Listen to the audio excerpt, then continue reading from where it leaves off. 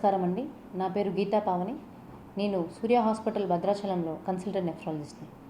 ఈరోజు ఇచ్చిన వీడియో మీకు కిడ్నీ సమస్యలు, వాటి ద్వారా వచ్చే బాడీలో మనకు వచ్చే మార్పులు, తర్వాత దానికి ట్రీట్మెంట్, కిడ్నీ సమస్యలు రాకుండా ఎలాంటి జాగ్రత్తలు తీసుకోవాలో వాటి మీద ఒక చిన్న ఇన్ఫర్మేషన్ కోసం. సో ఫస్ట్ మనకు కిడ్నీలో అనగా ఏం చేస్తుంది, కిడ్నీలో ఏం చేస్తుందంటే మన బాడీలో ఉండే వేస్ట్ని మనకు యూరిన్ రూపంలో బయటికి పంపించడానికి హెల్ప్ చేస్తాయి. అంతేకాకుండా దీనికి ఇంకొక ముఖ్యమైన పని ఉంది. అదేంటంటే మన బాడీలో ఎరిథ్రోపాయిటిన్ అనే హార్మోన్ని ప్రొడ్యూస్ చేస్తుంది. సో ఈ ఎరిథ్రోపాయిటిన్ అనే హార్మోన్ వల్ల మనకు బాడీలో రక్తం పెరగడానికి ఉపయోగపడుతుంది. అంతేకాకుండా విటమిన్ డి చివరి దశలో మనకి బాడీలో ఉత్పత్తి అయ్యేది కూడా ఈ కిడ్నీల నుంచే. సో మన కిడ్నీలు మన బాడీలో ఉండే వేస్ట్నే కాకుండా, వేస్ట్ని పంపించడమే కాకుండా మన బాడీలో అవసరమైన రక్తాన్ని పెంచడానికి తగ్గట్టుగా హార్మోన్స్ను, తర్వాత విటమిన్ డిను ప్రొడ్యూస్ చేస్తుంది. సో ఇలాంటి అత్యంత ఉపయోగకరమైన కిడ్నీల గురించి మనం ఈరోజు తెలుసుకుందాం. సో ఫస్ట్ మనకు మోస్ట్ కామన్గా ఏమేమి సమస్యలు వస్తాయి, ఏ వయసులో ఎలాంటి సమస్యలు రావచ్చు. ఏజ్ వైజ్ తీసుకున్నామంటే చిన్నపిల్లలు, ఫస్ట్ 1 సంవత్సరం లోపల పిల్లలు తీసుకున్నామంటే పురిటిలో పిల్లల నుంచి. సో గర్భంలోనే చాలామంది లేడీస్కి స్కాన్ చేసినప్పుడు మీ పిల్లలకి కడుపులో కిడ్నీలలో వాపు ఉందమ్మా అని చెప్తుంటారు. లేదంటే బ్లాడర్లో నుంచి యూరిన్ సరిగ్గా రావట్లేదమ్మా, లోపల బ్లాడర్ సైజ్ పెరిగిపోతుంది, అలాగే కిడ్నీ సైజ్ కూడా పెరిగిపోతుంది అంటారు. సో ఇలాంటి కిడ్నీ వాపులు అనేవి చిన్నపిల్లల్లో మనం చూస్తాం. పుట్టుకతోనే అవి మనకు బయటపడతాయి. సో దీనికి ఏం చేయాలి? సో జనరల్గా మగపిల్లల్లో మనకి పోస్టీరియర్ యురేథ్రల్ వాల్స్ అని ఉంటాయి.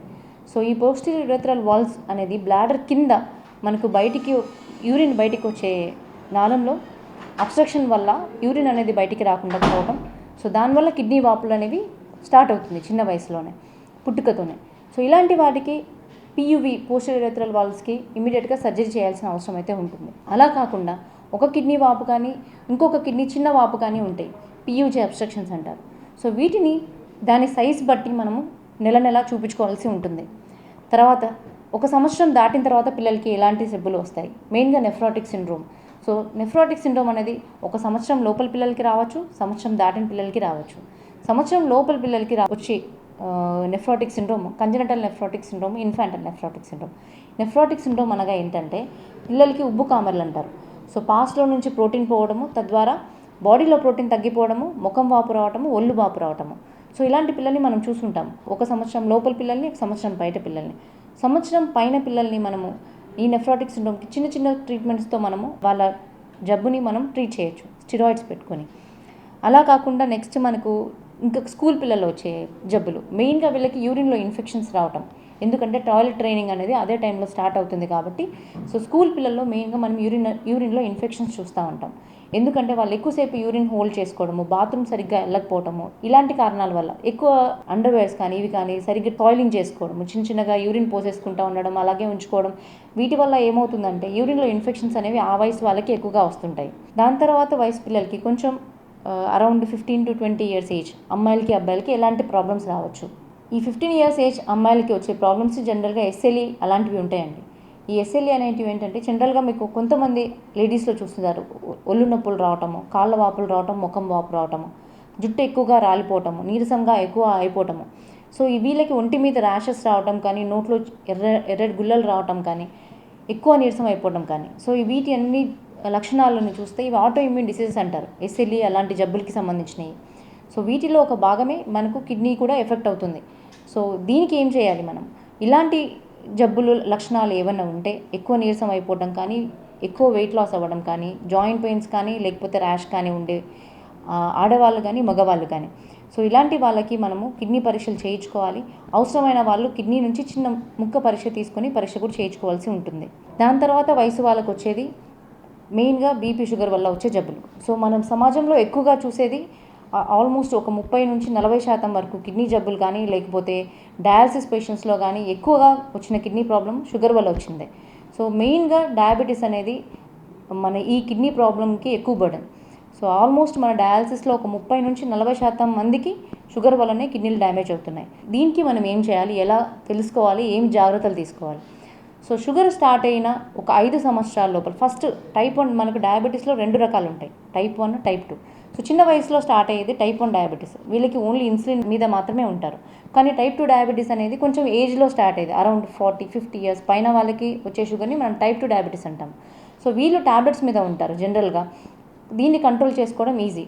సో ఈ టైప్ 2 డయాబెటీస్ వాళ్ళకి ఫస్ట్ షుగర్ తెలిసిన వెంటనే కంపల్సరీగా కళ్ళును తర్వాత కిడ్నీకి సంబంధించిన పరీక్షలు చేసుకోవాలి.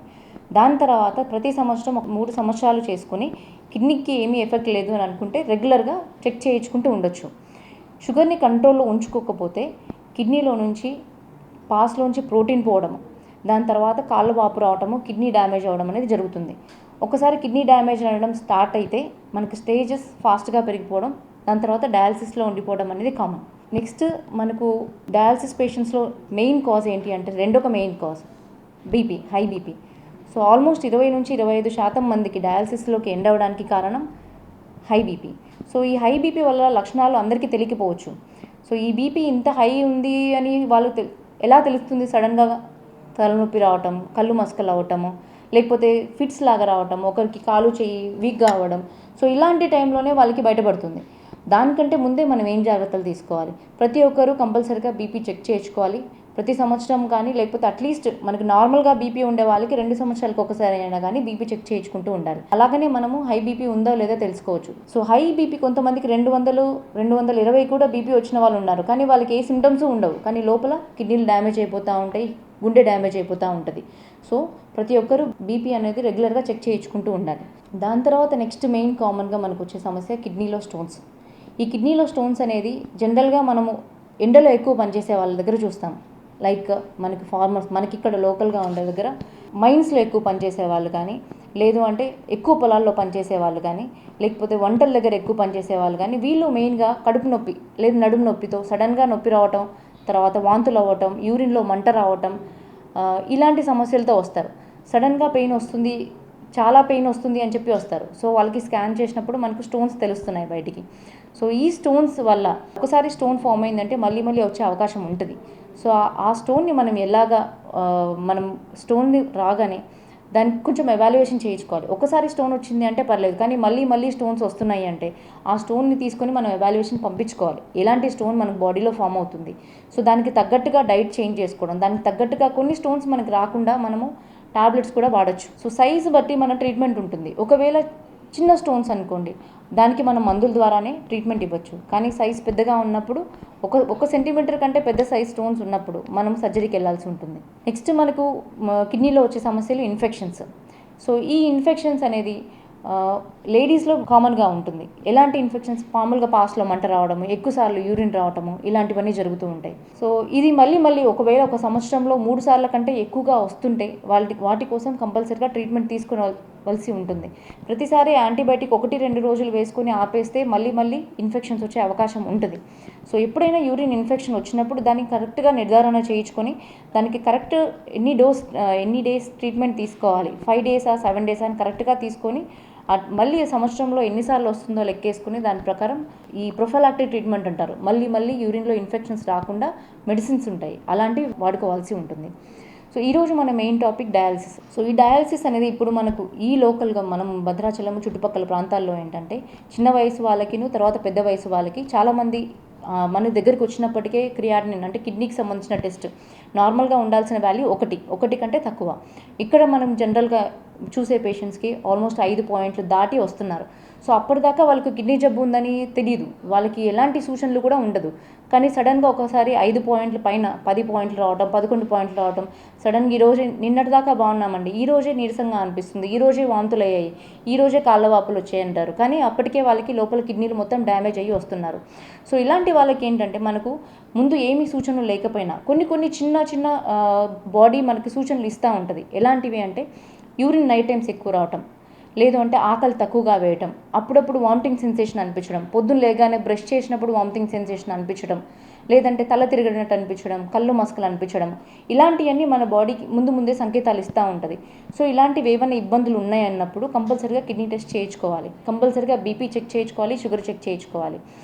ఇంకా కొన్ని ఏంటంటే ఆ 11-12 క్రియాటినిన్తో వచ్చినప్పుడు వాళ్ళకి కిడ్నీ సైజులు చాలామందికి మనకు చిన్నగా అయిపోతున్నాయి స్కాన్స్లో, మనకి ఈ చుట్టుపక్కల ఉండే పేషెంట్స్ ప్రకారం చెప్తున్నాను. సో ఈ స్కాన్లో మనకు కిడ్నీ సైజులు చిన్నగా అయిపోయినాయి ప్లస్ క్రియాటినిన్ 10-11 వచ్చిందంటే అది వెనక్కి వెళ్ళే అవకాశాలు ఉండదు. సో అలాంటప్పుడు మనం ఏం చేయాలి? నెక్స్ట్ రీనల్ రీప్లేస్మెంట్ థెరపీ అంటారు. అంటే కిడ్నీకి బదులుగా మనం ట్రీట్మెంట్కి తీసుకోవాలి. మన బాడీలో ఉండే వేస్ట్ని మనం డయాలసిస్ ద్వారా కానీ లేదంటే కిడ్నీ ట్రాన్స్ప్లాంటేషన్ కొత్త కిడ్నీని మార్పిడి చేసుకోవడం వల్ల కానీ మనము ఆ బాడీలో ఉండే వేస్ట్ని తీసేసి మనం హెల్తీగా ఉండే అవకాశం ఉంది. సో ఈ ట్రీట్మెంట్ని మనం తీసుకోవాలి. డయాలసిస్లో మనకు 2 రకాల డయాలసిస్లు ఉంటాయి. ఒకటి రక్తం డయాలసిస్, ఇంకొకటి కడుపు డయాలసిస్. దాన్ని హిమోడయాలసిస్, పెరిటోరియల్ డయాలసిస్ అంటారు. అవి 2 కాకుండా మనకి బెస్ట్ ట్రీట్మెంట్ ఏంటి కిడ్నీ ఫెయిల్ అయిపోయిన వాళ్ళకి అంటే కిడ్నీ మార్పిడి. సో కిడ్నీ మార్పిడి చేయించుకోవడం బెస్ట్ ట్రీట్మెంట్. కిడ్నీ ఎందుకు బెస్ట్ అంటే ఇది 24 గంటలు పనిచేస్తుంది. సో మనకి మెషిన్ డయాలసిస్ అనేది మనం వారంలో 3 సార్లు వెళ్తాము. 4 గంటలు డయాలసిస్ అవుతుంది. దాని తర్వాత యథావిధిగా మన బాడీలో వేస్ట్ పెరుగుతూ ఉంటుంది. మళ్ళీ కరెక్ట్ టైంకి వెళ్తాము, డయాలసిస్ చేయించుకుంటూ వస్తాము. కానీ కిడ్నీ మార్పిడి అలా కాదు.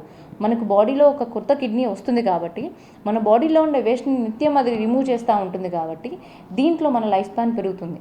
ఎక్కువ కాలం బతికే అవకాశం కిడ్నీ ట్రాన్స్ప్లాంట్ చేసుకున్న వాళ్ళలో ఉంటుంది. దాని తర్వాత బెస్ట్ డయాలసిస్ ఏంటంటే కడుపు నుంచి చేసే డయాలసిస్, పెరిటోనియల్ డయాలసిస్ అంటాము. సో దీంట్లో పద్ధతి ఏంటంటే ఒక చిన్న ట్యూబ్ని మనం కడుపులో పెడతాము. సో ఒక చిన్న వాటర్ లాగా పెరిటోనియల్ ఫ్లూయిడ్ అంటారు. పెరిటోనియల్ డయాలసిస్ ఫ్లూయిడ్ని మనం లోపలికి పంపించి ఒక టైం ప్రకారం ఒక్కొక్క పేషెంట్కి ఒక టైం ప్రకారం 4 గంటలు కానీ 5 గంటలు కానీ లోపల ఆ ఫ్లూయిడ్ ఉంచుకొని దాని తర్వాత బ్యాగ్ ఓపెన్ చేయగానే యూరిన్ వచ్చినట్టు మనకు ఆ బాడీలో ఉండే వేస్ట్ అంతా వాటర్లో కలెక్ట్ అయిపోయి బయటికి వస్తూ ఉంటుంది. సో ఇలాంటి పద్ధతి అనేది సెకండ్ బెస్ట్. ఎందుకంటే ఇది ఆల్మోస్ట్ కిడ్నీకి దగ్గరలో ఉంటుంది కాబట్టి. థర్డ్ మనకి ఈ 3 దానిలో కంటే వేరే ఆల్టర్నేటివ్ లేదు. మనకి ఈజీగా అయిపోయే మెథడ్ ఏంటంటే హీమోడయాలసిస్, రక్తం డయాలసిస్. అది మెషిన్ ద్వారా చేసే డయాలసిస్ని మనం రక్తం డయాలసిస్ అంటాం. సో ఎవరైనా కానీ కిడ్నీ ప్రాబ్లమ్ 10-11 పాయింట్లు క్రియాటినిన్ వస్తుంది అని అంటే కంపల్సరిగా ఈ 3 ఏదో ఒక దాన్ని ఎంచుకోవాల్సి ఉంటుంది. కానీ చాలామంది ఏం చేస్తున్నారు అంటే 10-11 క్రియాటినిన్ వస్తుంది, 5 పాయింట్లు వస్తుంది, 6 పాయింట్లు వస్తుందని మీకు కిడ్నీ డ్యామేజ్ అవుతుంది అండి అని చెప్పగానే వాళ్ళు వేరే మార్గాలని ఎంచుకోవడానికి ట్రై చేస్తున్నారు. అంటే ఎలాగా, నాటు మందులతో ఏమైనా తగ్గుతుందా, లేకపోతే ఏదైనా పూజలు చేస్తే ఏమైనా తగ్గుతుందా. సో ఇలాంటిది వాటి వల్ల ఏమవుతుందంటే ఆల్రెడీ ఉండే జబ్బుని ఇప్పుడు నాటు మందులు తీసుకోవడం వల్ల కిడ్నీ డ్యామేజ్తో పాటు లివర్ కూడా డ్యామేజ్ అయిపోయి వస్తున్నారు. సో ఇలాగ ఉండే ప్రాబ్లమ్ని ఎక్కువ చేసుకొని వస్తున్నారు. చివరి దశలో రావటం, ప్రాణాలు కోల్పోవడం లాంటివి జరుగుతున్నాయి. సో ఎవరైనా కానీ కిడ్నీ ప్రాబ్లం వచ్చింది, 5 పాయింట్లు 6 పాయింట్లు క్రియాటినిన్ పెరుగుతుంది అని అనుకున్నప్పుడు నిపుణుల దగ్గరికి వెళ్ళి వాళ్ళ సూచనలు విని దాని ప్రకారం మనం డయాలసిస్ చేయించుకోవడం అనేది మంచిది.